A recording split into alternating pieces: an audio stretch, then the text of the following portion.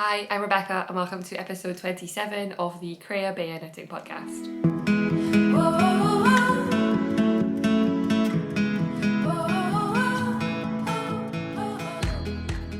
Hello and welcome to this vlog or podcast all about knitting. My name is Rebecca and I'm a knitter and knitwear designer based in Edinburgh in Scotland, and I'm coming to you from a very grey, overcast, dreich Scottish morning. And I've got so much to talk about today. I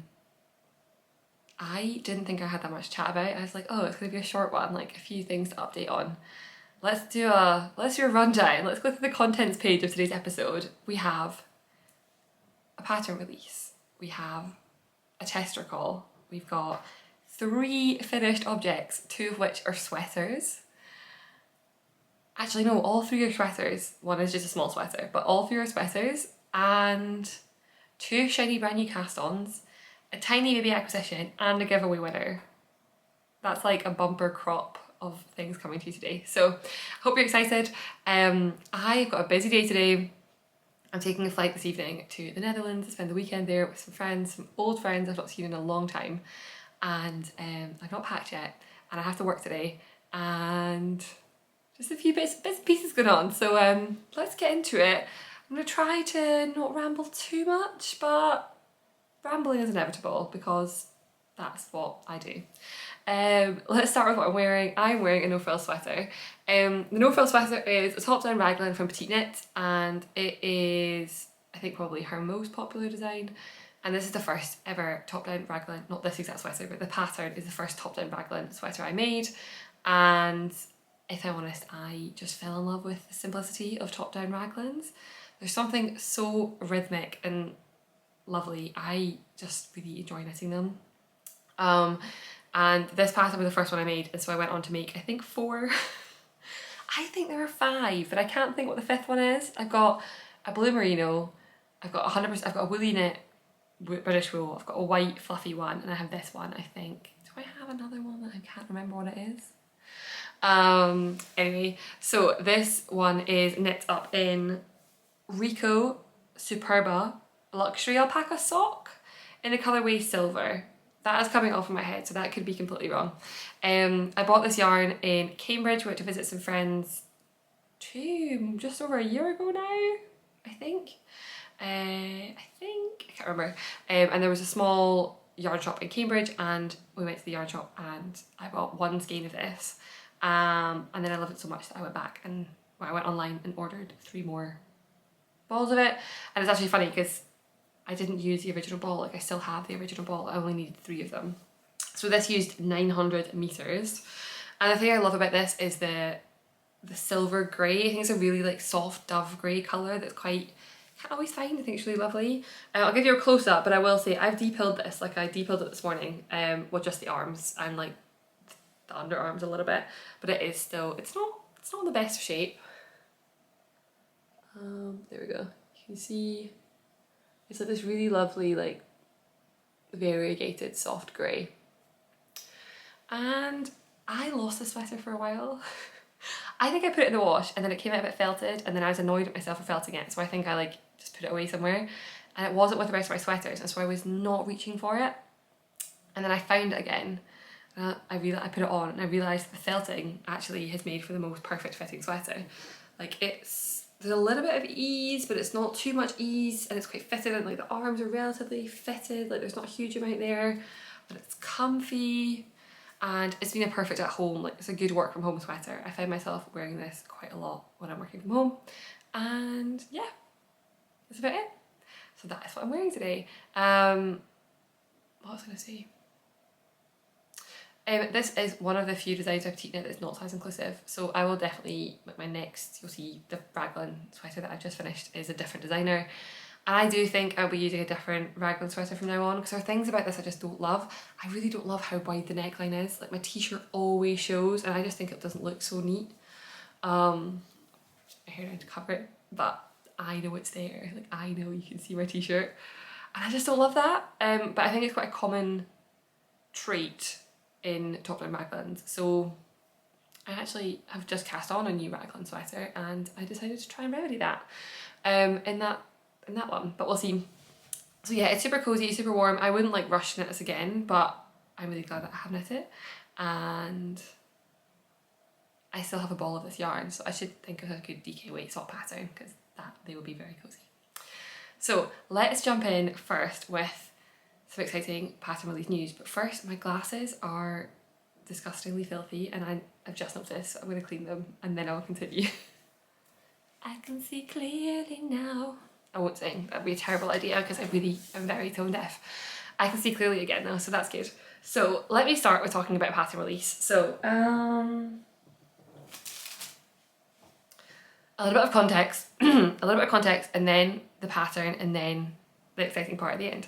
So during the Cargill sweater test knit, if you're brand new, I released a sweater pattern called the Cargill sweater about a month ago.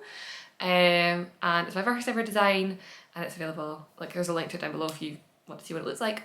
And during the process we just had this like running joke in the test group about all of the things that you could make out of the out of the Cargill sweater dip stitch design, because it's super soft and really, really fluffy and squishy. And so we're like, you could make a vest, or you could make gloves, or you could make a pillowcase. Like, can you imagine like a pillow, like a cushion covering this? Like, that was the running joke. And so during the Cargill sweater, the test knit process, I cast on the Cargill Cowl, which is a pretty straightforward cowl pattern, and that is the pattern it's releasing today. So I've had some people preview knitting it, so it didn't really need a full test knit. It's a pretty simple accessory, but I was keen to get some pictures of it knit in different types of yarn, and other people to just give it a go and see what they think about it and give some feedback on the fit of it. So let me start. I did show this last time as a finished object, but let me start by showing you the pattern on. Okay, so it is a pretty simple like tube cowl, which are so fun to knit because you just cast on and then you just knit, and then you get this like really cozy tube that you can wear, and it's super easy to wear because you just put a coat on over it and like tie your coat, and then it just stays there. I like to tuck the top in, but you can also just leave it like open. And yeah, it's using the dip stitch design from the Cargill sweater, which looks like this. It's actually in the sweater knit top down, so it's this way around. But those of you who prefer the other way around, of course with the cowl you can wear it either way. So you could wear it this way as well. I have knit my version in Drops Kidilk Mohair and Filcolana Arvetta because it's what I had in stash. The pattern uses just under 400 meters of yarn, and so it is really handy. I don't know if anyone else does this, but you know when your like favourite yarn indie dyer releases a drop and you buy like one skein of a fingering weight and one skein of a suri or of a mohair, like this is perfect for that. That would be absolutely perfect, but you could also use DK weight. Mine is also like, that makes a pretty big cowl. This is pretty big and pretty long. And so you can also just scale it down. So if you didn't have enough yardage, you could just cast on, like you could weigh your yarn, cast on and do the ribbing, weigh it again, and then knit until you have just over that much left so you can do the other end. So I think it's a really good scrap buster. I ended up actually using like a ball and like a scrappy ball of mohair, which is pretty perfect. Like I used up all I have a lot of white mohair. I don't know why, but I have a lot of it. So I used, I think, like one full ball and then like 3 scrappy bits at the, like 3 bits at the end, which is, I don't know, it was really nice to use those mohair scraps because I feel like I never use those. And sorry, I've got a frog in my throat. I think that's all I've got to say about the cowl. I feel like there was more to say, but I think it'll be really, it's really good for those amounts of yarn you have left over. The dip stitch is very, very fun, and that's what I was going to say. There are some people who messaged who were maybe a bit nervous to jump straight into the sweater pattern, or like the dip stitch but didn't want to, weren't sweater knitters, or wanted to make something for a friend or a family member but weren't going to commit to making them a whole sweater. This is a really good, like this would make a very good gift knit. It's also like very, I think it looks quite professional, you know, not like handmade have to look professional, but I think it does. So that's the information about the cowl. It is available down below on Ravelry, and it's also available on Lovecrafts, but Lovecrafts take a couple of days to approve the upload, so that may be there tomorrow or maybe there in a few days, I'm not entirely sure. But the very exciting thing is that this pattern is going to be a 100% charity release, which means that all of the proceeds from this pattern are going to go to charity. The pattern is priced at £3, which honestly, given the state of the dollar at the minute, is about the same as $3. And all of the money raised is going to go to an organisation called the Fistula Foundation. So when I started this before the Cargill Sweater release, and the sweater release went better than I expected, and I was kind of like, well, I don't need to release this as a paid for pattern, but I also don't want to release it as a free pattern because it has some people previewing it and put some work in, and also all the video links and things like are in the pattern for how to do the stitch. So I was on the fence, and I was like, oh, I don't want to make it a free pattern, but I also don't need to charge for it. And I thought this would be a really good way to do something a bit different and make this a charity release. So all of the, sorry, okay, I think I'm good. So the money's going to go to the Fistula Foundation, and the Fistula Foundation, I'll put links down below, both their YouTube channel and to their website themselves. It's an incredible organisation. It's been around since early 2000s, and what they do is offer life-changing surgery to women, mostly across Africa and Asia, who have fistulas. Now, a fistula is I don't know what the word is. It happens. I don't know. It's a medical condition which occurs when a woman gives birth and doesn't have the correct medical care there at the time, and it can lead to primarily like massive discomfort and incontinence, but it also leads often to these women being shunned from their community, not being able to lead normal lives, and it is a very quick to remedy and very cheap to fix surgery. And so the Fistula Foundation is providing that surgery. So both building up an infrastructure, I think they're in more than 20 countries now, training up doctors, getting them to the right places, making sure that the hospitals where they run the surgeries are functioning, but then also the money that is paid actually goes to providing the surgery to women. And so for me, it was really important when I thought about a charity that I wanted to support. I was really eager to do something to do with women's health. And it's a charity that I spoke about a while ago with my partner, and I remember he told me about it, and we watched this incredible video. I was telling him about this one woman who has been trained up by the organisation, and it stuck with me. And so I knew when I wanted to do a pattern release with like a charity element, like this was the charity that I really wanted to support. So what I think is especially exciting is that it's all on the website, but for like just under $600, so something like $598 is all it takes to provide this surgery to somebody. And so I guess my dream would be that we could raise that much money, $600, to donate to the charity. So all of the pattern sales for the month of November, 100% of that pattern sale will go to the charity. I'm going to make it for a month. It becomes very tricky to like keep a track of like which ones are for this and which ones are for future patterns. So it's just going to be for the month of November, but I think that's usually when the bulk of pattern sales happen, in the first month, I think. So 100% of pattern sales from this pattern on both Ravelry and Lovecrafts will go to the Fistula Foundation. On top of that, I'm also going to match sales up until $600. So if we sell enough to raise $600, then I'm going to double that amount and we can donate enough to change children's lives. So I'm really excited about this. I feel like I'm not expressing myself properly right now. I really tried to practice how to say this part because it was so important. But yeah, I'm hoping it's something which we can do, something that we can make a bit of a difference in doing. I'm really excited. Something that I want to do in life moving forward, and something I've started now to the start of my new job, is donating a portion of my salary every month to a charitable cause. But it's only something I've just started doing, and so this for me is a way to like backdate that a little bit by matching previous sales and pay forward a bit of the success that my Cargill sweater pattern had. So it's only £3.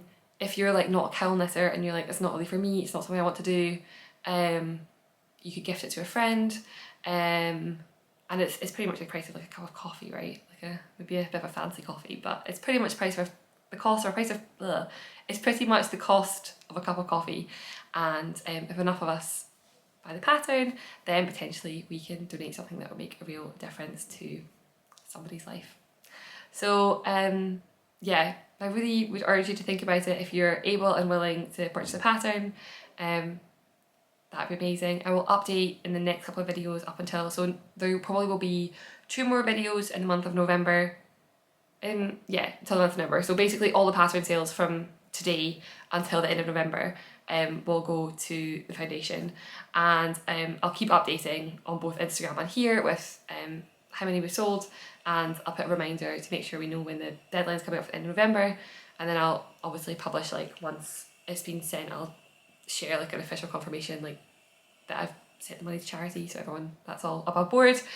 There's also some things like Ravelry fees and stuff. I'm just going to cover that, so keep it super simple. 100% of the incoming money for the pattern, all of it, goes to charity.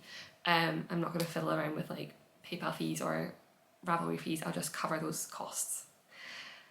So yeah, I hope that's exciting. Like, I hope that is something that I'm really excited by. This, I've been thinking about it for, I've known about it since before I filmed the last episodes, and I really wanted to share about it, but I thought, wait until the release, tell about it all at once. And if you're not willing to, if like you're not able to donate, or it's not something for you, I would still really recommend having a link below, going down below and looking at the website.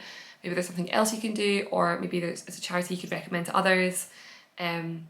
Because for me, something that it's not a necessity, but something I found really valuable when making charitable donations is knowing where your money goes and knowing that the money you're giving can make a difference. And I feel that this charity really hits a nail on the head for both of those things.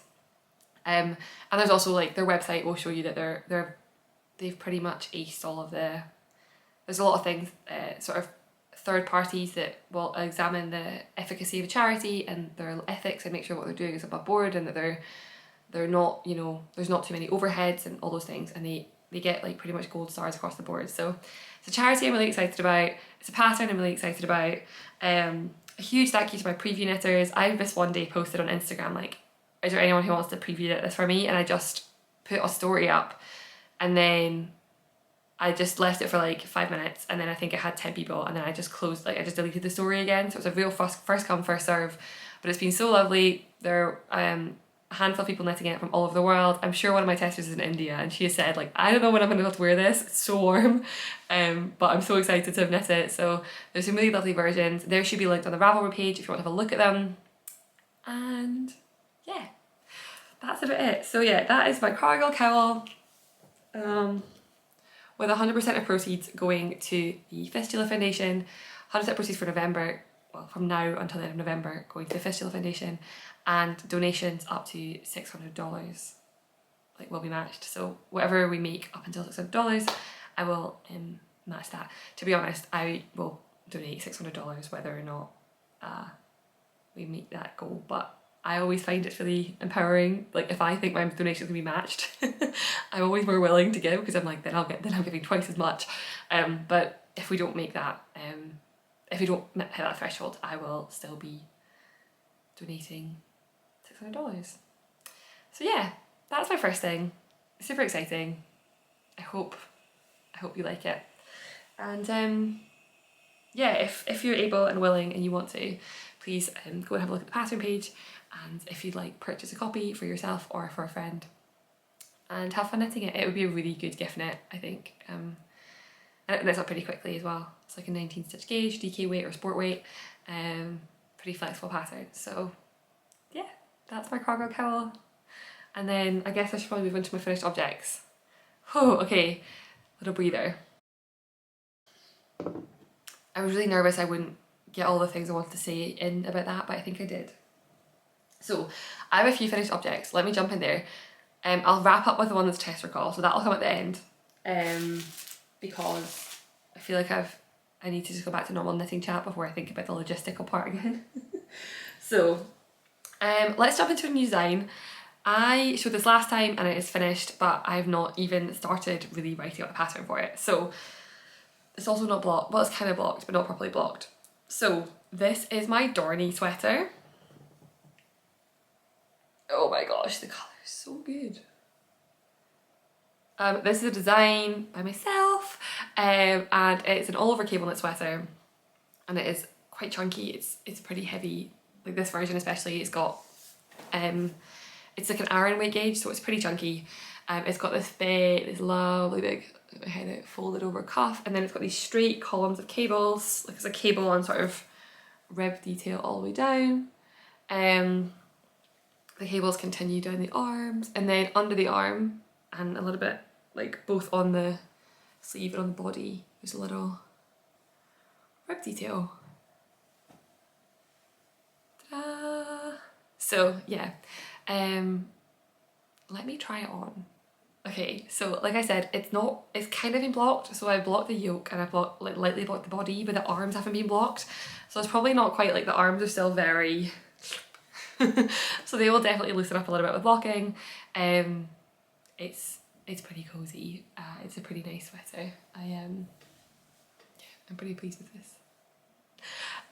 So I don't know about anyone else, but I'm super indecisive when it comes to colour work and cables. For some reason, like with colour work, there's always just one thing off about it. Like I just don't, like I like it but I don't love it. And the same with cables. Like I struggle to find what I consider to be like the perfect cable knit sweater. I think there are some out there, but then also finding one that's size inclusive, like it's a real headache. I find it quite challenging, and yeah, I went out of my way. Like I just couldn't do it, and I kept telling myself like, don't design one. Like you don't need to design one. There are so many cable knit sweaters out there, and then of course I designed one. I just had to cast it on. I didn't really know what I was doing. Like I wasn't really sure what my gauge was. I was just like, we're just gonna go with this. It was also the same weekend as a Cargill release, and it's not a dissimilar construction to the Cargill. There are definitely, like, it's a very different fabric, but the construction is quite similar. So I kind of had that on the brain, and I just like went with it and yeah, rolled with it and started going. This version is knit up in Filcolana. Is it Filcolana? Yes, it's Filcolana Peruvian Highland wool and a strand of tin silk mohair. So it is a pretty expensive sweater in that it's using quite a lot. Like it's a mohair and a worsted weight yarn. I don't know if anyone else does this, but when I buy mohair and like the base yarn separately, I don't feel like I spent that much money because I bought them in separate sweater quantities. So I haven't even thought about how expensive the sweater is, but it's probably one of my pricier sweaters given that it's it's worsted weight and mohair together. It's named after a town in the north of Scotland. Sorry, my nose is, there's so much mohair in here, I think. It's named after a town in the north of Scotland called Dorney, where there's a beautiful castle called Ellendonning Castle. We're actually going in a few weeks. I'm so excited. We've booked like 4 nights I think, in a cottage in the north of Scotland, and we're only a few miles down the road from Dorney. So of course I have to be taking this to get some pictures. And yeah, it's just it's very straightforward. My version here is probably, like, it is pretty fitted. The arms will definitely relax, but the body pretty much has like zero ease, which is not, I find this funny. When I knit sweaters when I knit sweaters from other patterns, I pick a lot of ease. And when I design my own sweaters, I design them, like I do a lot of trying on as I go, and so I find them to end up much more fitted than I wouldn't pick if I was picking it from a pattern. So I am gonna make, I mean you can tell this is like pretty much sculpted to my body. It's a very very good fit. But I'm gonna make a second version, and I'm gonna size up and have like a more of an oversized one. I am struggling with yarn choice for the second version. I think I definitely want a cream one, like and I want to knit it on with the test in it, like I'm really looking forward to that. I think the problem is that so actually it's not as bad as I thought. So this didn't use very much yarn. This is about 105 centimeters finished bust, I think. And I've used less, like I only just cracked into I think I just cracked into a 5th ball of mohair. And I'm not sure, maybe I used 9.5 balls of the Filcolana Peruvian Highland wool. So I think we're sitting under the 1,000 meters, which for a cable knit sweater is pretty rare. I think usually with cables it takes up a lot more yarn. So I don't think, like if I go a size up, I don't think I'm gonna have to get that much yarn. That being said, I was pricing it up and it was coming out incredibly expensive. Obviously if you buy an iron weight yarn, you have to buy more yarn, because it's like, I'm looking at things that are around about 160 meters per 100 grams, and so I probably need to buy like 8 skeins, like 7 or 8 skeins. And so yeah, I'm struggling a bit to find like an economic option. I thought that I was going to buy some Uist wool. Uist wool is made on the island, on like the Outer Hebrides in Uist, and I was so determined I was going to buy it. And then I tried to price it up, and I was like, this is going to cost like £200 for a sweater, and I just couldn't bring myself to do it. It's like, I can't press yes. And I think something I really love, like I think it's nice to have a bougie version, like a fancy version, but if I'm making 2 samples, I'd love to show it in a budget friendly yarn and a more expensive yarn. So in terms of think, I have a couple of options. One of them is to use Drops Alaska, which I don't know if I love. I've got a swatch of that actually for a gift knit, and I could use it, and it's very budget friendly, but I'm not sure what I think about it. The other one is to use West Yorkshire Spinners, I think it's called BFL Fleece, and it is a natural undyed, and it's a bit cheaper. It is about I think I can get it for about £9.50 a ball, or like a skein of 100 grams. So that comes out a bit more cheaply. I mean, the Euro still was like £22 a skein. So everything in comparison is cheaper. So yeah, I'm trying to have a think. I've not decided. I'm not going to cast on my second version until December, which is when I'm hoping the test knit will start. But in order for the test knit to start, I need to write the pattern up, and I've not done that yet because life has been wild. I mentioned in the last episode I'm going to work with a grader on this one. So for my pattern, my Cargill sweater and the Care, which is currently in testing, I've written and graded them myself. But I started a new job just under a month ago, and things are a bit busy right now. So I'm really looking forward to working with. I worked with a grader for a kid sweater, and I'm going to continue with the same grader. She's incredible, and I'm really excited to get this sent over to her. But in order to send it over to her, I need to sit down and actually write a pattern, which I have not yet done. So there's a bit of a delay in this coming, but I think you can agree it's going to be worth the wait because it's so pretty. I'm almost sad it's finished. I finished this just 2 days ago, I think, and I'm a bit sad that it's done because I really, really enjoyed knitting on this. The cables are pretty far apart, and so there is cabling, but it's not, like, I think a lot of the time with cabling it's really stop-start, like, oh, okay, wait, oh, so I'm like getting a cable, I use a cable needle for this one. I can cable without a needle, but that sounded like a brag. I can cable without a needle. I can do it, but I find that with this, like, it was a 6, I think it's a 6 cross, so it was good just using a cable needle for it. And yeah, so I'm not going to stand up again because I'm too lazy, but yeah, it's looking a bit snug on the arms, but the body is fitting perfectly, and I'm excited to finish filming this because I'm going to block this afternoon so that it can be my blocking mats whilst I'm away for 3 days, and hopefully when I come back it's going to be blocked and ready and I can start wearing it, and it's going to be ready for my trip to almost Dorney, not quite Dorney but almost Dorney. So yeah, that is my, I can do a little bit of a close-up. Oh yeah, that's worth it, look at that.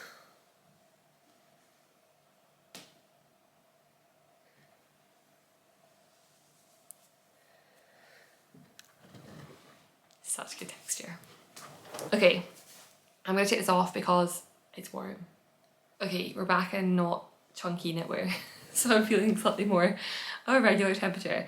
It's actually lovely. There is a big tree outside. Okay, of course I just took this off and left it inside out.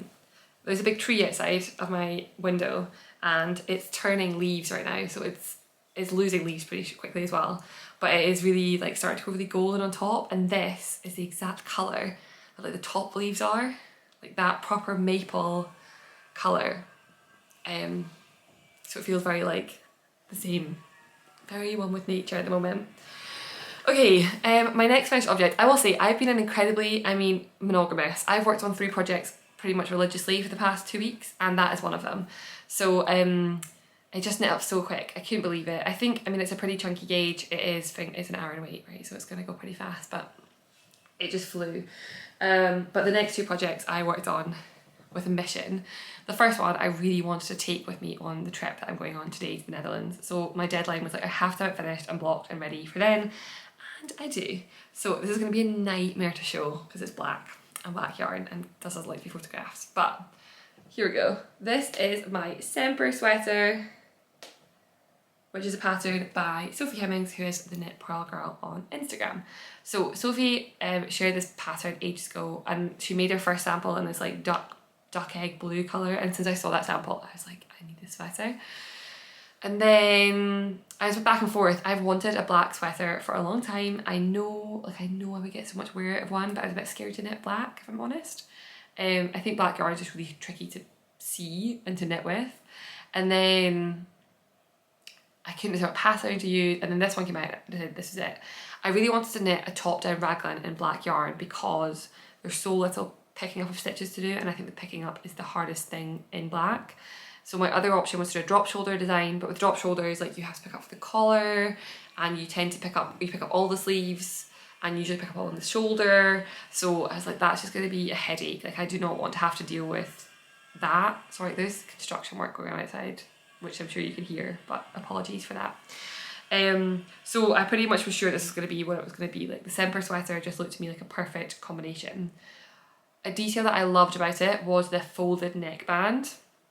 I don't think you see that. I mean, you do. Like, I've just shown you a raglan design, the cable knit, it's got a folded neckband, but I think a lot of top-down raglans, the simple ones, don't have a folded neckband, and this one does, and I like it a lot. It is quite a fitted neck, so it really, like, stands up a little bit.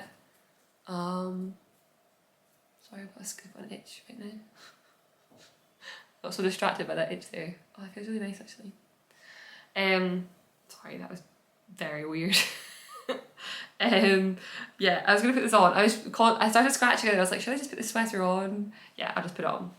Okay, it's on. So you can see that compared to the no frills I just had on, the neckline is much more fitted. So I think part of that is because it's got a folded neckline and it's obviously just a smaller neckline. I really like the fit of this sweater, actually. It has quite a tapered sleeve as well. It's a bit of a deep rag, actually, which I didn't really notice, but yeah, it's quite a narrow sleeve. And for me, it's just past, it's kind of stuck a little bit, but I think when it's relaxed, it's probably just past bracelet length, or just about bracelet length, which is like the exact length I like my sleeves to be. Something happened when I blocked this. It has become so fluffy, and I don't know what it is. I put it in my machine for a spin because I wanted to get some of the excess water out. Maybe it's that, but I've done that before and it's not come out so fluffy. But like, this is like, I don't know if you can see, like, it's literally hairy. But yeah, it's also a pretty, I'm like hovering here, I don't have the core strength for this. It's a pretty good fit, actually, as well. That's as much as you're getting to a fit check, because that's as much as I'm willing to stand up. Yeah, I think it's a really good fit. Like, it's quite a nice fit over the shoulders. It's a bit snugger around the bust than what I normally would go for, but I think I actually really like it. I also should go back, this is what's tricky. I did not increase up until the point the pastor told me to increase for the raglan. I tried on as I went, and I stopped when I thought it fit. And it does, it's a perfect fit. And it also fits the way the pattern looks like it should. So I think I've got a gauge problem, which is fine, because it's not like a see-through fabric. It's not like it's massively off gauge that it's bothering me, and it's a top-down raglan, so you can edit as you go. Like, that's pretty doable. So yeah, I actually don't know what size I knit. So that's a bit tricky. It's an inclusive pattern. I think it's got 9 sizes in it.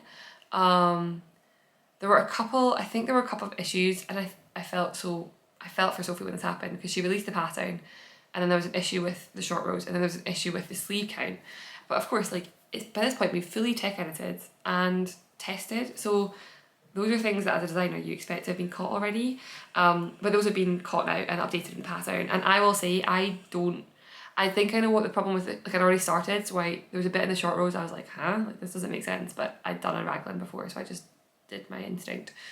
And I don't even know what was wrong with the sleeve count, because my sleeves were fine. I double checked that, I went back and checked the number of stitches I was picking up under the sleeves didn't change between the 2 updates, and it didn't change, so I just stuck with it. So yeah, this knit up again pretty damn quickly. I cast this on, when did I cast this on? Just at the end of September, yeah, almost exactly a month ago, end of September.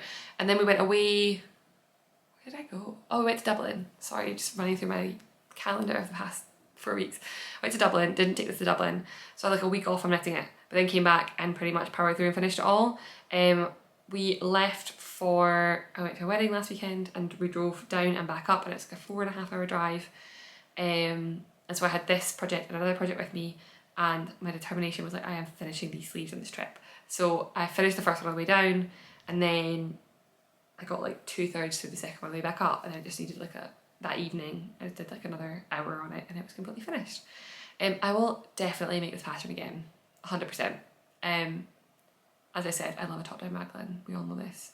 Someone on the internet will call me out and say that I'm basic for just knitting the same plain mohair fingering weight sweaters that are top-down raglans, but I love to knit them and I love to wear them, so I'm going to keep knitting them. I have like quite a few, like I have a couple of sweater quantities of like fingering weight and mohair, and I've got a few like plain projects lined up, but I think in the future this will be my next, like another one's going to come like this. I think a brown would be lovely, it'd be very wearable, a nice brown. But yeah, this is the black sweater of my dreams. I wanted one for so long, and I'm kind of glad that I can now, I've got a very, very light shop bought like black sweater, which I think is good for summer still, but I'm glad that this can take like pride of place as like my main black sweater, because I have a lot of outfits that will go with this. I also I packed, when I was packing, or I've not actually put my stuff in the bag, but I've like lifted out the clothes I'm going to wear for taking to the Netherlands. And so this morning, like before I got dressed for the day, I was trying all my outfits on with my sweater, and they all went. So I was like, this is good. Like I've got 2 skirts and a dress, and all of them go really well with the sweater. So now I feel like it's got like a good place in my wardrobe. So yeah, that is my Semper Sweater. I'm going to take this off as well. And just because I feel like it's weird to stay in this for the rest of the episode. I don't know why. It's probably not. I'm going to put this on today, later when I leave the house. So it's due to be dry all weekend well, I'm going to Amsterdam and Rotterdam. I mentioned in the past that I studied there, so I'm going back to see some of my uni friends. One of them's having a 30th birthday party and is moving back. She has been in Germany with her partner, and the two of them are moving back to the Netherlands, so we're having a party, and I'm super excited. And I'm seeing, that's on Saturday evening, and then on Friday evening I'm doing like a dinner and like drinks with like my closer group of uni friends. I'm definitely a bit nervous. It has been 3 years since I was back, I think, and obviously, well not obviously, but so we speak Dutch when I'm there because I speak Dutch, but my Dutch has not had very much practice of recent, and of course like I can switch to English, but that's not what we do. Like I speak Dutch with them. I've never really spoken English with them. I've always spoken Dutch with them, so I'm a bit nervous about it. But like they're my friends. Like I'm not nervous about seeing them or them judging me. I'm just nervous about myself. When I very first started to learn Dutch, and I'm sure anyone who has learned a second language will agree, there's a point where you feel like an idiot. You feel so stupid because the words are in your head in the language that you understand, and you can't get the words to come out your mouth in the language that you're trying to learn, and there's this disconnect where your brain and your mouth are not on the same level, and it's going really slow, and I think we're going to be back to there again a little bit. But it's fine. I'm going to watch a Dutch podcast this afternoon. I'm going to watch It's a Sarah, who does English podcasts as well, but she's got Dutch versions, and brush up, and hopefully I'll be fine.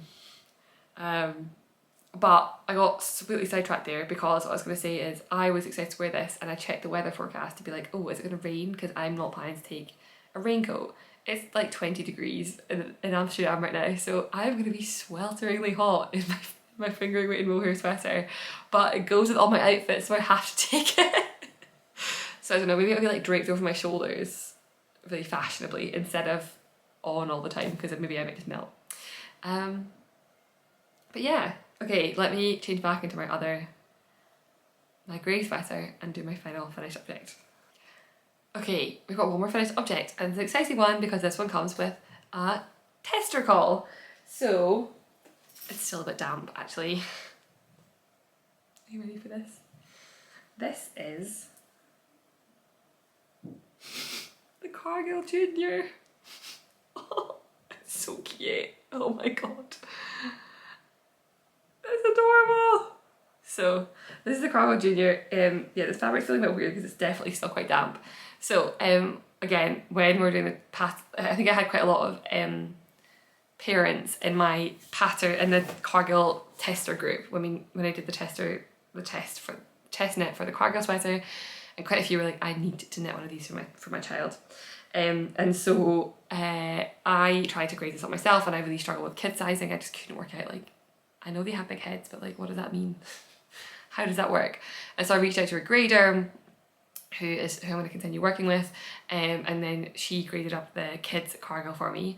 So the pattern is like completely ready to go, but I needed to, I wanted to knit a sample because I feel weird doing a test call for a pattern that I've not knit, even though I've knit the adult version.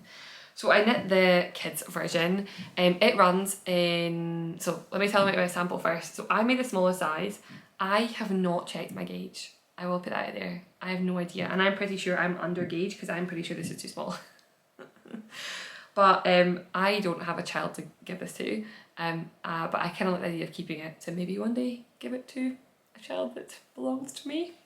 So I think I'll go into a box. Mum, if you're watching this, don't get sappy. It's a while away. Like, give it a couple of years, just chill out. But I think I'll put it in a box and leave it for a while.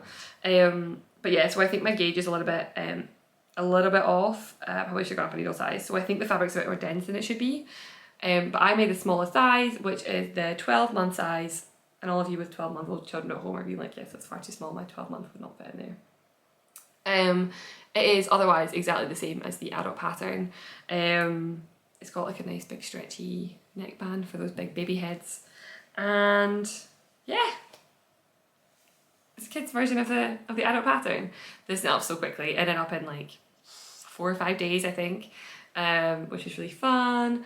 And I have used Drops Lima, which is 100% alpaca, and I think it's probably a bit, yeah, it's 100% alpaca. It's probably not the most baby friendly yarn, in the colour brick red, but I just really love the colour, so I used it.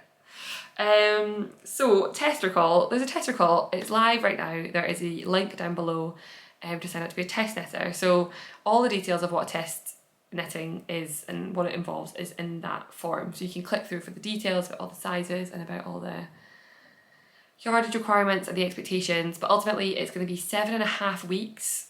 I was really on the fence with how long to spend doing this. It goes from a size 12 months through to 10 years. So obviously like a 10 years is pretty much the same size as an adult pattern. So I wanted to make sure it's quite a long test call, even though the 12 month took like 4 days. It's, yeah, I think I'll be looking for 2 to 3 testers per size. So I think it goes 12 month. I mean, obviously also the chest size is there. So if, like, I think kids are, there's not really standard size for kids, right? Like, there are theoretical brackets, but ultimately it's just like the size of the child. And so I've put both the sizes, like the bucket of size they're in, but then also it's the chest circumference of each size.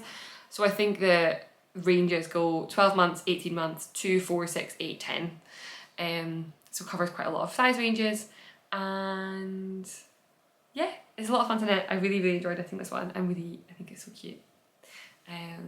It is taking like 3 days to dry though. It's so damp. Oh, look at it, it's so adorable. It's a DK weight gauge, so it's the same gauge as the adult pattern. So I think it's like 19 stitches in pattern. So you can use a DK, you can use fingering held double, you could use sport weight. I guess, I mean, theoretically the adult one is knit with mohair, but I wanted to make a kid's sample without mohair because I think that's not really super kid friendly, both from like a wearability and like a cleanability perspective. But I think, for example, like 2 strands of superwash sock yarn together would be amazing. It would work really well with this stitch pattern. So yeah, the test form is open down below. You can just fill in, if you're interested in doing it, you fill the information in below. The form will stay open until Sunday evening, and I will go through them next Monday. And I will let everyone know that I'll send out the pattern on Monday, and I will send everyone, including those who were unsuccessful, I'll send them an email to let them know on Tuesday, provided you've given me the right email. I often have emails bounce, but if you sent me the right email or put it in the form right, I will also email you and tell you whether you have or have not been successful with the test knit. 7.5 weeks. Those are the sizes. Did I include everything? I think so. This will probably then be due for like a I think it's like the 3rd week of December release. If you don't want to test knit but you want to knit one, sometime around the 3rd week of December. And I think after this I'm done with Cargill for a while, like the cowl and the sweater and the kids.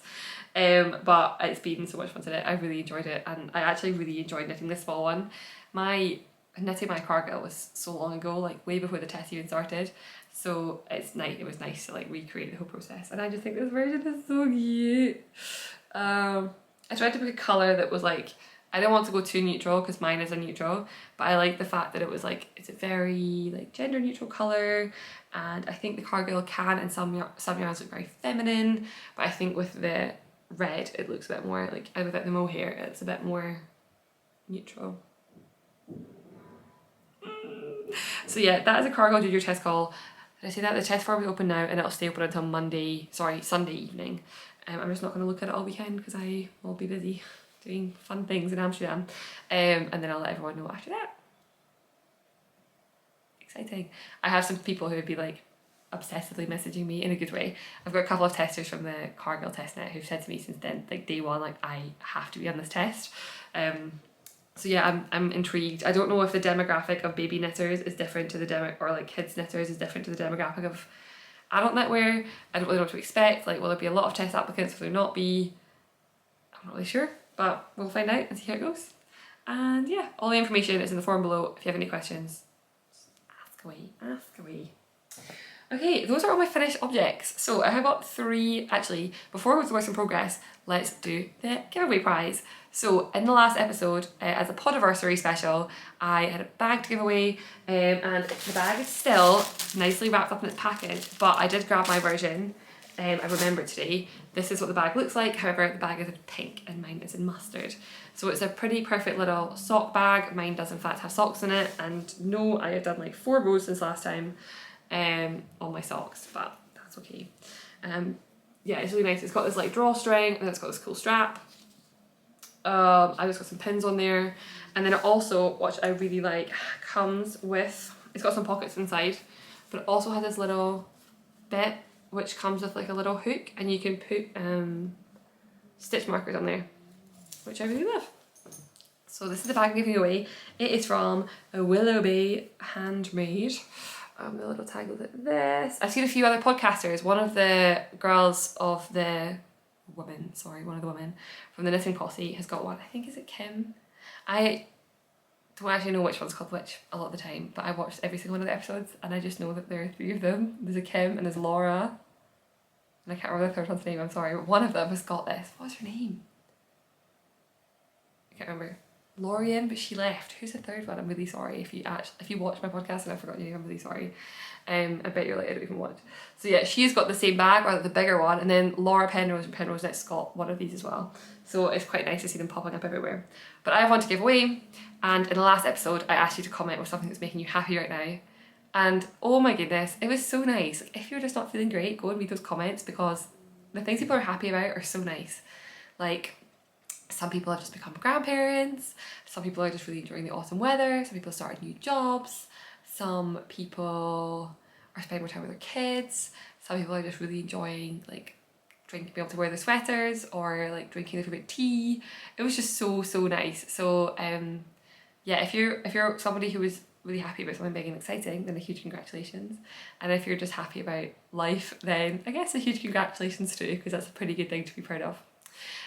So what I'm going to do is I'll just do a random I will do a random comment picker, and I'll put the result of that here, and this person, congratulations, you've won your very own Willow Bay bag.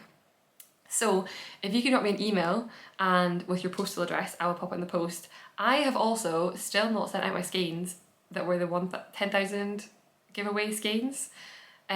Because someone has still not replied to me, but I'm gonna cut it off there. Like, I'll just keep that skein and do a giveaway in the future.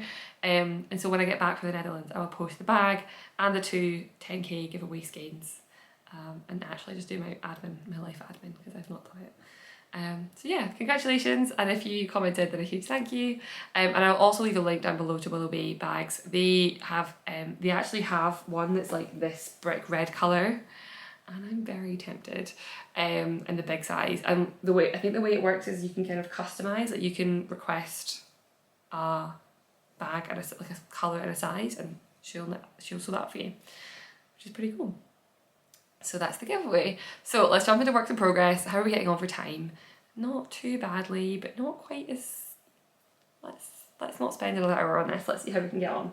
So works in progress. I've got 3 works in progress.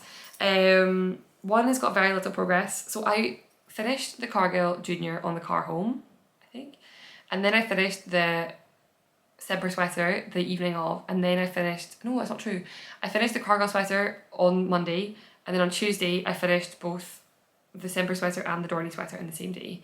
And so I've kind of been stuck. I've been kind of like, well, what do I knit on now? And I have things to knit on, but I felt like a bit of a lost puppy, to be honest. So what I have done is pick up a whip.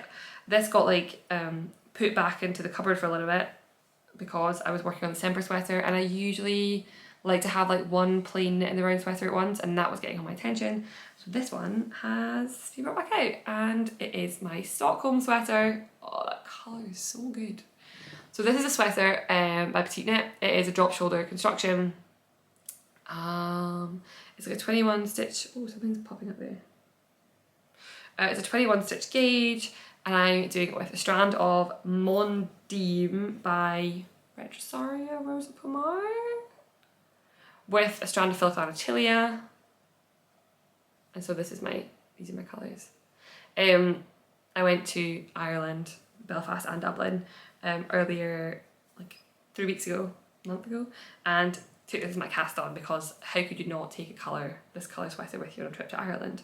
And I got back from Ireland and basically didn't touch it because I wanted to get other stuff done by a deadline. And then last night I was like, okay, I've got nothing else to knit on, so I picked this up and I did the last little bit that was bothering me, which is I had to knit the front panel, like finish the front panel flat, and then I joined the round. And so now it's joining the round, and that just means that means good things, because now I can just knit and then we're good. What I will do is knit in the round until I probably use up all of this yarn, and then I'll probably I'll probably leave it there and then pick up and knit the collar and then go back and finish the body.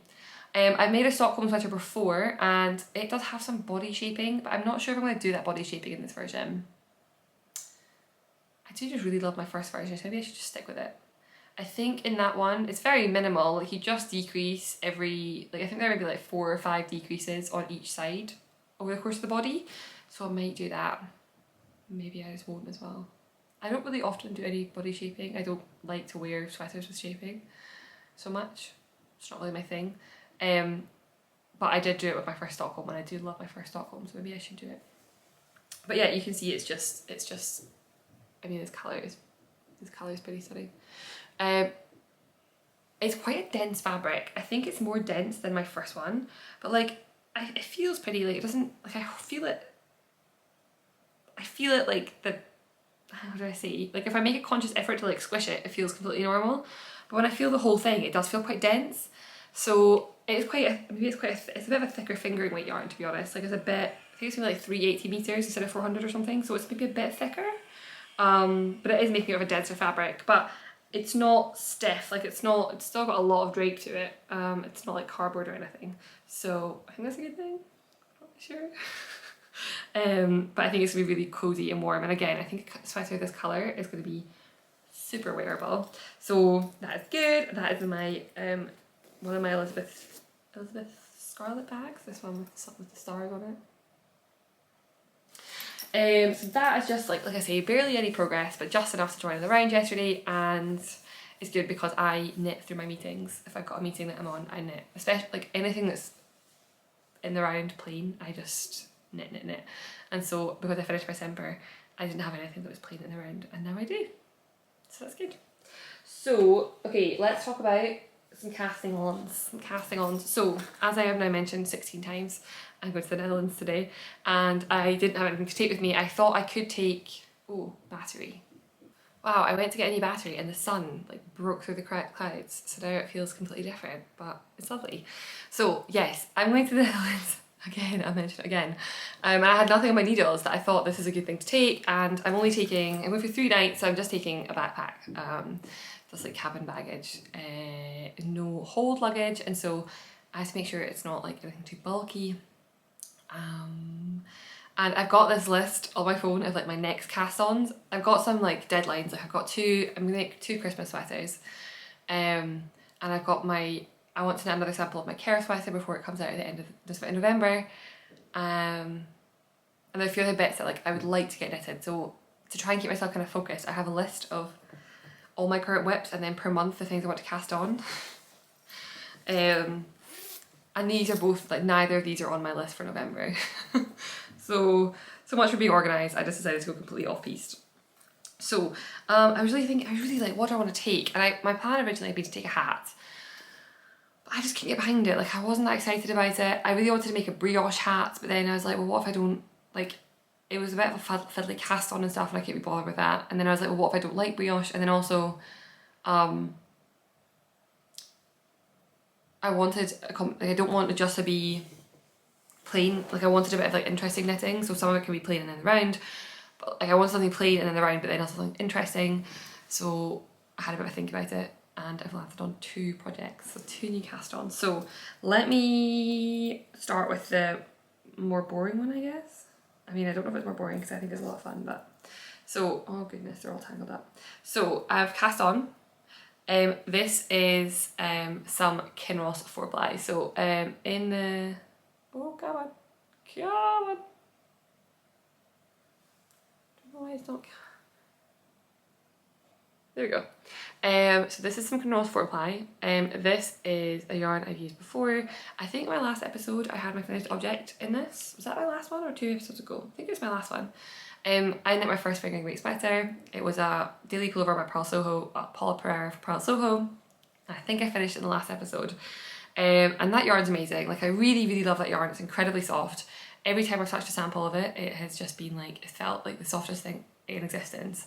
And so I actually originally bought 2 skeins in this grey from Beautiful Knitters in London in December last year, and then I bought a sweater quantity in the porridge colourway, and that's the sweater that I finished, my last fingering weight sweater, my first fingering weight sweater. But I went to Perth Festival of Yarn earlier this year and I bought 4 more skeins in the grey, so that I could go from, like, my grey that I had was enough for make a sweater's quantity. And this is 50 grams and it's fingering weight, so it's perfect for travelling. It's plain, it's pretty plain, it's in the round knitting, and I thought, like, this is actually ideal because, like, it's only 50 grams, like, this is all I need. And this is quite a lot of knitting's worth because this is a fingering weight sweater. So what I've done is so the pattern I'm making is the Cozy Classic Raglan Light by Jessie May Designs. So it's a really popular raglan pattern. I think her standard one, sorry about the hiccups, her Cozy Classic Raglan is a very popular pattern. It is like a quite good gauge. I think it's like 17 stitches or something.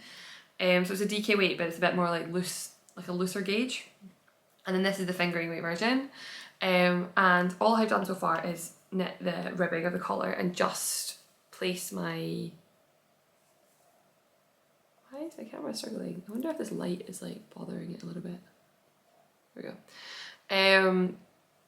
Yeah, so I've just done the collar. It's quite a deep collar actually, and I've changed. That was because I wanted to use my smaller needles and get it off my smaller needles, so now I'm only taking 1 set of needles. Edinburgh has no issues with needles, and I think Amsterdam is the same, but we're gonna see. My theory was if I've got it on the needles, like, it's very distinctly knitting, as opposed to like if I've got a bag with like 2 random like sharp spiky little needle tips, like that could be a problem with flying. But I figured if it's on my knitting, it's probably not so much an issue. So yeah, I just got started, and I've done like 1 of the short rows. I think I've got to do all the rest of the short rows. What I decided to do is I just found my Semper and I love the neckline fit of it. So I was looking at the final pattern pictures for this sweater, and the neck is quite wide. So what I've done is I've reduced the stitch count for the neck ribbing by I think 16 stitches. And then immediately after finishing the ribbing, I did 1 increase round, and I increased every X number of stitches and added those 16 stitches back in, and then split for the raglan. This is just make it a bit of a tighter neckline because I want it to be higher and more fitted, as opposed to like the very open neckline. It's interesting because the pattern also recommends a different cast on. Maybe a tubular cast on, I'm not sure. But it also expressly says like this cast on will stretch out. If you don't want to stretch out, use a different cast on. So I'm not really sure which of the patterns with a wide neckline are, like, is that because I've used a different cast on? Or sorry, is that because I've used the one in the book, or is that just because of the stitch count? I'm not really sure. So I used a long tail cast on. I always use a long tail cast on. Literally always. Like, I don't think I've ever used it not a long tail cast on. I must have at some point, but I'm so lazy. I hate learning new cast on and bind off techniques. Like, I learned tubular bind off and I've done it like twice and never again. And I just like the end product. So yeah, so I just did the ribbing a bit differently, and now I wanted the neckband. So I think this is going to be incredibly wearable. Like I really think this is going to be something. Why? There we go. This colour I think is really great. This also already feels distinctly softer than the porridge colour, which I think is interesting. I mentioned that the porridge colour didn't soften as much as the samples that I had felt before, so I touch the samples every time I go anywhere they've got it. I like squish the samples because they're so soft. And my sweater is definitely soft, but it's not as soft as that. But this already to touch is significantly softer than the cream one was. So potentially this is going to be equally as soft. I'm not really sure how that's going to work, but we'll stick with this, see how it softens up. And I honestly just think like a grey top down fingering weight raglan is going to be super, super, super, super wearable. Like very much a wardrobe staple. And very fun to knit. I'm excited because I did enjoy my fingering accessory before, but I found the working back and forth for the v-neck bit of work, quite a lot of work, slowed me down a lot. So I'm intrigued to see whether I will be any faster, or I mean it's not really about speed, but whether I'll enjoy it more, keep it on my needles for the time if it's top down raglan. I will say when I get back from my holiday, I think I'll be putting this into hibernation a little bit because I really want to. My boiler is just kicked in. I really want to finish this the Stockholm sweater, so I think that'll become like my primary in the round project, and this will probably be on back burner. And then I've got a gift knit to cast on for November and my care sweater, so I think this is like a temporary, like it's for the trip, and then I'll probably put it away for a little bit, but that's fine. My second one, something more exciting, I did a little swatchy swatch. This is my swatch. And I am making the cloud bow top. So the cloud bow is from this copy of Pom Pom. It's the only copy of Pom Pom I've ever bought. It's the only one I've really ever wanted to buy, to be honest. Like I'm not a big magazine fan, but this one had me set. And this is what I have so far. I don't think I'm partway through everyone. I'm just tangled up. This is definitely an odd experience knitting with this. It's very strange. I wanted to get some of my needles before I go through security. Also, my smallest, my medium sized cord for my chow goose doesn't fit in, like I can't get my needle tip on it. Like it just doesn't go all the way. So it's on quite a big cord at the minute. So I think I will be picking up another medium sized cord. So this is all I have. It's literally just like 20 minutes worth of work. I'm hoping to knit on this. I'm gonna get, I think, a bus out to the. Now I'm trying to work out, are these mistakes? No. It's a very odd experience. I think with just mohair alone, not listening I'm used to. Like that's definitely 2 strands to get. I've definitely just full on dropped a stitch there. That can be this can be the back panel. How about that? Have I? Yeah, I definitely have. Oh, that's annoying. I always find mistakes in the podcast, like I never notice them until I'm filming. I'm going to put a clip on it. Does anyone else do this? Just put like a stitch marker. If you spot a problem, I just put a stitch marker there and then I go back and solve it at a later date when I'm looking at it again. So this is all I have so far. This is Drops kidilk mohair, and I think the colour is burgundy, but it's a real like sort of burnt red colour. And I'm sure we all know what the cloud bow looks like, but if we don't know what the cloud bow looks like, let me get a picture. It's a really beautiful pattern, and I'm going to make the top version for now. This is what the top version looks like. It's kind of like a very, it's kind of like a, yeah, this is the top of the dress. Oh, should have blown it. There we go. So I'm making the one that's all like this lady here, with the skirt on. And we'll see. I can see myself wearing this a lot. Like I wear a lot of dresses which are had like a sort of balloon sleeve and at the waist, so I could see at the top would fit into my wardrobe. However, Kat from Heather and Hops has just made a dress version, and it is like stunning, absolutely stunning. Like I really, really want one. I think it's amazing. It's knit with a strand of Holst and a strand of Drops. And if I like this version, I think that dress will be in my future. But I thought I'll make the top first, understand the construction. I can't, like my brain cannot, from the instructions, understand how the arms work. So I think my plan is just to like, well, we'll just knit this one and we'll see how this goes, and I can make some modifications once I understand how the construction works. So yeah, so it's very strange to knitting with, like I said, it's just a strand of mohair. It's a strand of mohair singular held single, and it's on, was that another one? Am I just dropping stitches everywhere? Maybe I'm not, maybe I am, I don't know. Yeah, I think I am. Apparently it's harder to do this than I thought it was. Maybe I should rip it out. No, I won't rip it out.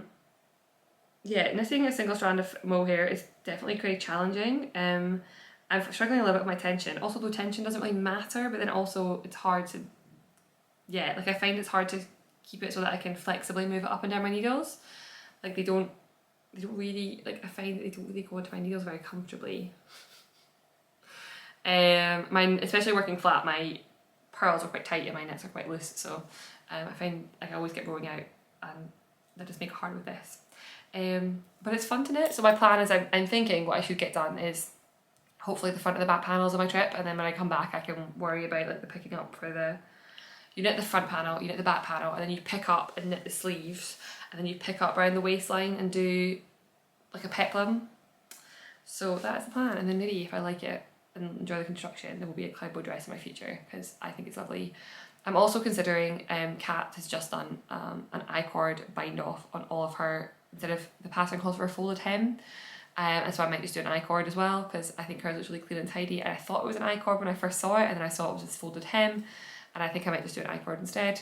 I think it might be a bit less fiddly to do an I-cord than to try and fold over and sew mohair. But that's a while away, I've got to make a decision about that for a while. So yeah, those are my 2 works in progress, and it's quite handy because then it all just fits in this little bag, and it's what, like 75 grams of yarn, 2 projects, so like 25 ball of mohair, 50 gram of that, and it's in my lobster bag, and this fits up pretty small, and I can just take this with me, and hopefully that will occupy me on the plane, unless they take my knitting needles off me, which honestly they do, I might cry. No, I wouldn't, but the Edinburgh airport definitely like expressly said I can take knitting needles, so I think I'll be fine. The only other thing is that I did do some swatching for the zipper pullover for men, which is one of my gift knits. So I have a tiny little baby swatch. Oh. This is actually called olive green, and I think it's more like a petrol blue green, or like a forest green. I'm bang on gauge. I am a loose knitter, but petite knit. I always get gauged with petite knit patterns, so that's quite cool. So that I think I'll be casting on pretty soon when I get home, because it's a men's sweater, I just don't know how long it's going to take, and I've got a second gift knit that I want to do in December, so I'd like to have like made a good bit of progress with this, so hopefully by next time I've cast on this and cast on my, what other thing? My care sweater. Okay, we're making progress. One last thing, it's just a tiny little acquisition. I have not acquired any yarn since last time. I mean, I think I acquired the yarn to make this. That was a drop sleeve mill. I have a lot of this left. I ordered like 6 balls and I used 3. Maybe I ordered more than 6 balls. So I have more of that, but I'll just go into stash and get used at some point. The only other thing that arrives is this bag, which I ordered from Knit and Living UK, and it is just a little beige bag. It's quite cool because it's got a big lining, and so it's actually quite a big bag. So I love the colour. It was also really well priced. Like I think it was maybe less than 20, like around £20 or so, which I think for quite a large project bag is pretty well priced. It's super neutral. They've also got, I think, a light blue or maybe a grey and a pink, but I went for the beige. The only thing is it doesn't stand up by itself. My favourite project bag is my petite knit. I can see it on the floor over there, but I'm not going up to get it. Like my petite knit bucket bag, and it is quite firm, and so if I put it on the floor and like leave it open, it will stand, which I love. But this one just doesn't. There's no weight to it. And what I do love is like putting my project on the floor, like a little bucket, and then just like knitting out of it. But with this one, like it's just flat. So I like it a lot aesthetically. I like the colour. It's pretty handy as a project bag, but it's not quite as handy. Like I prefer it has a bit of more of a solid base, but for the price it's pretty good. And it's also got this inside pockets as well. Yeah, there's inside pockets there and there. So yeah, that's pretty cool. I'm glad I don't regret buying it. But it also made me realise that I do really enjoy a bag that I can like prop open, and this one's just feeling a bit on the floppy side. Cool, I think that's everything. I feel like I started rushing at the end there, so I hope it doesn't come across that rushed. Little mini life update. It's been incredibly busy, and it's going to continue being very busy for a few weeks. We went to a wedding last weekend, which was amazing. It was in Southport, which is like quite close to Liverpool, Blackpool area of the UK. So we drove down on Saturday, we drove back up on Monday, so I had Monday off of work, and it was my boyfriend's uni friends. I didn't know anyone at the wedding, but it was actually really nice. He hadn't seen them in a long time, so it was nice that he got to catch up with them, and yeah, I just really enjoyed it. It was a really good experience. I made my dress, so I will put a picture in. I bought some fabric, and there were postal strikes all last week, so it did not arrive on time. So I went like stash diving for something, and I found this like sheer, like it's like a chiffon, like a black chiffon with florals on it. And so I also had some black poplin, I think, so I made a lined bodice. I used the Rosa dress from Rosary Apparel, and it was pretty good. I had to make some adjustments. The shoulders were so broad, like insanely broad, so I had to take like 2 inches off of both of the shoulder panels. Like it was like a drop shoulder, so I had to make some changes there, and I made some changes for a smaller bust, and otherwise it was a pretty perfect fit. I just didn't sew a zip into it. So it meant it was slightly looser on the waist, like it wasn't super fitted on the waist, which actually was perfect for like a day of drinking and eating and dancing. And because I don't have a huge bust, I could like just pull it down over my bust, and then it sat pretty tightly on my waist. I think if I had a bigger bust, I'd struggle to do that without a zip. But I've not sewn a zip in ages, and I was already stressed by my deadline, so I was like, I'm just not making a zip, so it doesn't have a zip. But I think it turned out really lovely actually. I think it was a really nice dress, and I felt very comfortable, and like I liked that, and it was a nice little trip. And then we came back, it's been a busy few days, and then yeah, off today to the Netherlands. I'm there, today's Thursday, so I leave Thursday night, and I'm there Friday and Saturday, and then I come home on Sunday, and hopefully I'm home for like mid-afternoon on Sunday. And then next weekend actually, I'm doing a weaving course at Creative, which is a yarn shop here in Stirling in the UK, and my plan is to film that. So I'm actually realising I'm going to have so much footage coming up. I think I'm going to take my camera to the Netherlands and take it to the yarn shops in Amsterdam, and I also have a video to film about the designing of the Cargill. So there's a lot to come. I need to find some time to film all that, but it's coming. And that's next weekend, it's next Saturday. I'm looking forward to that a lot. I've not really thought about it because I'm like, I've got so much to do before then, but it's coming. And yeah, and then it's my brother's birthday, and then my partner's brother is coming to stay with us for, we don't really know how long. He's coming for a visit, but like, is he going to be here for 5 days? Is he going to be here for 3 weeks? We don't know. We'll find out. And when he's here, we're going to go up north to this cottage for 5 days, and then we come back, and then we're going to the rugby. Actually, when am I filming next? I'm going to struggle to film, I think. Maybe I'll film in the cottage. That would be actually really lovely. And then yeah, we're going to see the All Blacks play Scotland in Scotland, and then we have this week where we've got like 2 gigs and a musical to go to all in a week. So there's so much happening. A lot of fun stuff for the most part. I feel like my screen has really changed. Has it? No? Sorry, I just looked and suddenly panicked I wasn't recording, but was my door here this whole time? Oh well, anyway. Yeah, so a couple of very busy weeks is ultimately what I'm trying to say. But lots of fun things, lots of seeing a lot of friends, which is of course always really lovely. And I think that's about it. I hope you enjoyed this episode. If yeah, let me know what you're working on or what you've been knitting on while you've been watching. And a reminder that the Cargill Cowl is now available, and that 100% of proceeds will go to the Fistula Foundation, and that your donations or your purchases up to $600 will be matched. So if you feel like it, you can buy a copy or send a copy to a friend, and hopefully we can make a substantial donation to changing some women's lives. So that is all for me. I am going to go, I'm going to pack, I'm going to work, I'm going to eat lunch, I'm going to edit, and then I'm going to catch a flight. And I will speak to you all in a couple of weeks. Bye for now.